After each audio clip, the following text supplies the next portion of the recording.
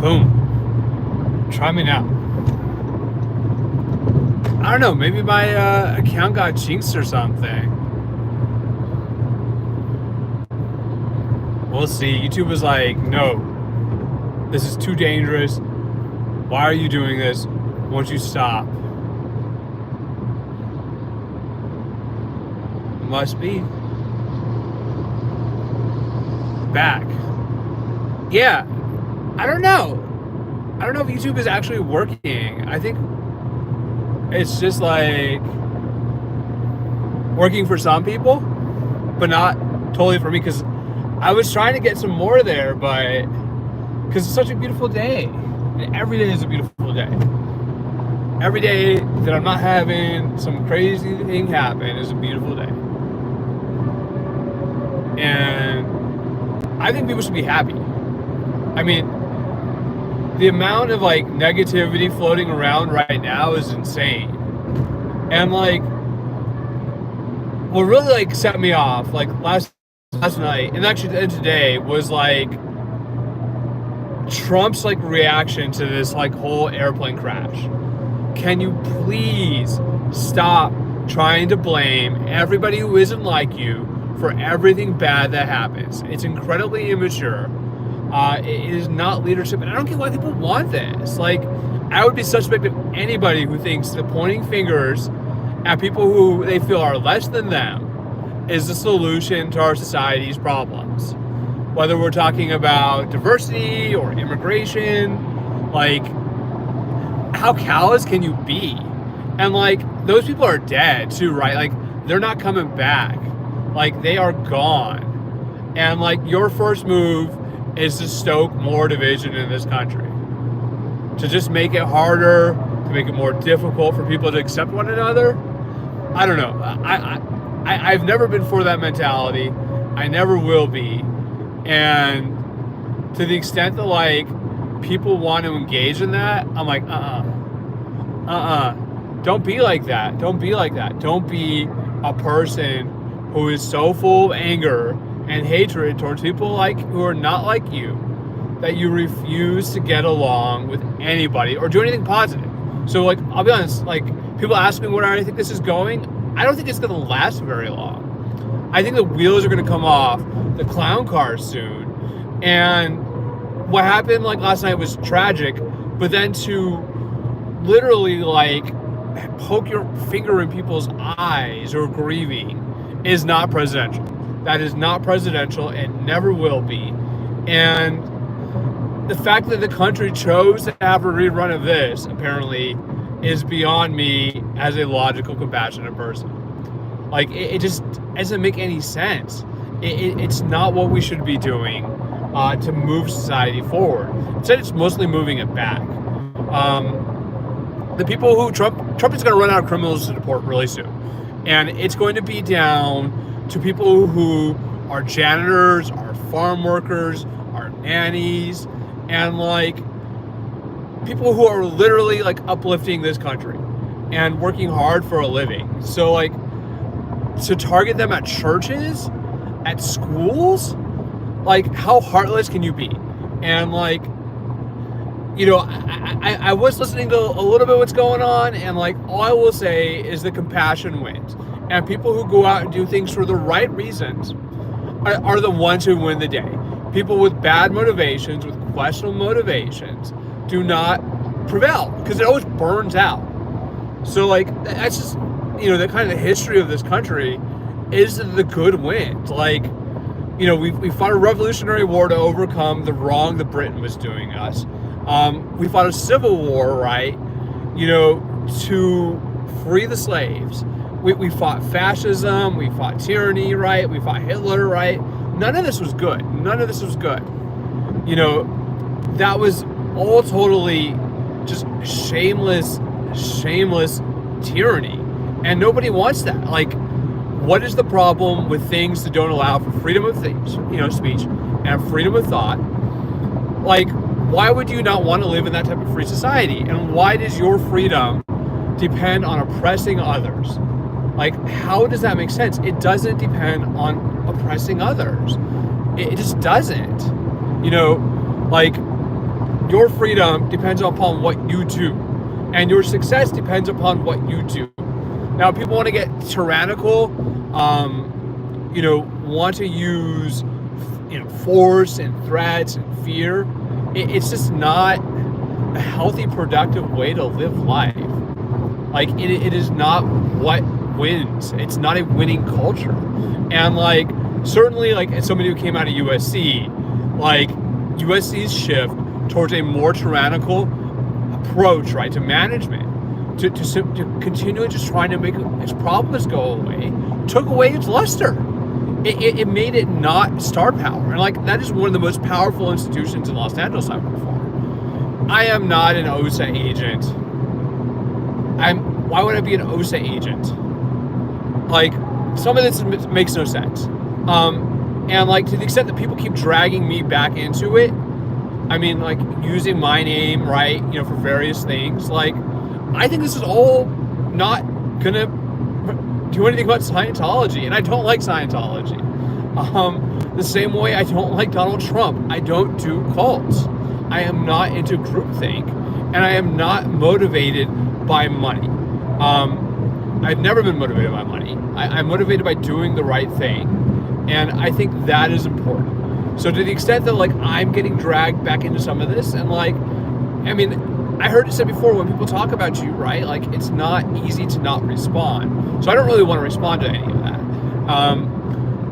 I want to, again, emphasize that I believe in decency. I believe in honesty. I believe in hard work. I believe in appreciating our natural world, right, caring for others. And like, I've been displaced by the Eden fire. Like, I am not, and I literally just have to worry about people being crazy enough to like try to stalk me or something again. To like not even really want to like tell much about myself or my life. Like, that's pretty insane. So like, to the extent that I think that we have to work on being a better society, I hope that people will do that. And like, just the reality of our lives, right? Like, we have to be better to each other than we have been, because a lot of people have been really terrible to each other. And like, that's what I don't like about Trump. So I think the way to resist Trump, and that's a good question, is to be more caring and compassionate towards each other. To stop trying to divide everything into a matter of sectarianism, of guilt, of shame, to accept people more, and to accept more diverse opinions about things, and to not be motivated by money and power. Because when all we're about is money and power, those things win the day. And like, money and power aren't the only things that matter in life, right? Like, this is not the only thing that matters. And unfortunately, I think a lot of people are very, very motivated by that. I don't think he's going to make it through 4 years. I don't think he's going to make it through 4 years.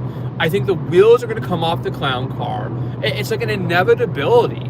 And like, his performance today, stoking division in the light, right? In the light of a terrible accident in which people have died, and not acting presidential, not going and mourning with families, not recognizing their grief, not honoring them in any type of way. It just shows how selfish and shallow Trump is. And like, being selfish and shallow is not a way to get through life. And like, I'm not sure it's even going to go to the midterms. I think he is so insane. He is so insane. He is so unhinged that he will provoke a constitutional crisis in a short matter of time, and he's going to give people no choice but to remove him. He's simply not competent. He is not a competent human being. And, to the extent that, like, I think that, like, we need decency and leadership, I think people really, really, really, really failed to appreciate what we had there going under President Obama. I will always be a fan of President Obama. I thought Obama was dignified. He was decent. He was honorable. Nobody could say anything bad about him. He always tried his best. He was always smart. I think the Republicans are going to turn on him. I think that the Republicans are going to turn on him because he is so dangerously tyrannical. He will turn on them in a matter of a second. And last time they laughed it off. And I want to see what they do, the next time Congress just can't go along with him, right? What happens? I don't know what Obama has to do with Jennifer Aniston. I mean, as far as like the Democratic Party, clearly the Democratic Party has some looking in the mirror to do to figure out why they failed to communicate so poorly on issues like healthcare and education and valuing hard work, right? That people in this country did care about. And instead it has turned into this immigrant blaming, diversity blaming shit show. I think he's going to get removed. And I think, I don't think Vance is going to be much better, but I think he's probably going to get shoved onto the stage. But I will be absolutely shocked if he makes it through 4 years. I don't think this is even going to take that long this time because he is so dangerously unstable. It's just not presidential. And particularly in regards to our national security, I have grave concerns about where this is going. It just raises the question of if the president is like a king, right? And this is what they keep saying, right? The president is the king. This is not a democratic vision of presidency. This is not what George Washington envisioned. This is not what John Adams envisioned. It's not what Thomas Jefferson envisioned. Not what James Madison envisioned. It's not what John Quincy Adams envisioned, or James Monroe, or Andrew Jackson, or any other American president. They don't behave like this. It's a joke. You don't behave like that. Like, that's just not what you do. And I suspect that he is going to turn on his own party, and then his party is going to be put in this predicament again, right? Do they tolerate an all-out assault on democracy, right? More than a court battle, right? Have you tried to change the terms of American citizenship, or stoked racism and hatred again in this country? Just what we need, right? Let's stoke racism and hatred, and let's all be quiet, right? Like, not talk about this, right? Like, it's okay. Like, that is very powerful. Hatred is a powerful force, but it doesn't mean it's right. Hatred is, in fact, deeply, deeply wrong. And this is where we are breaking down.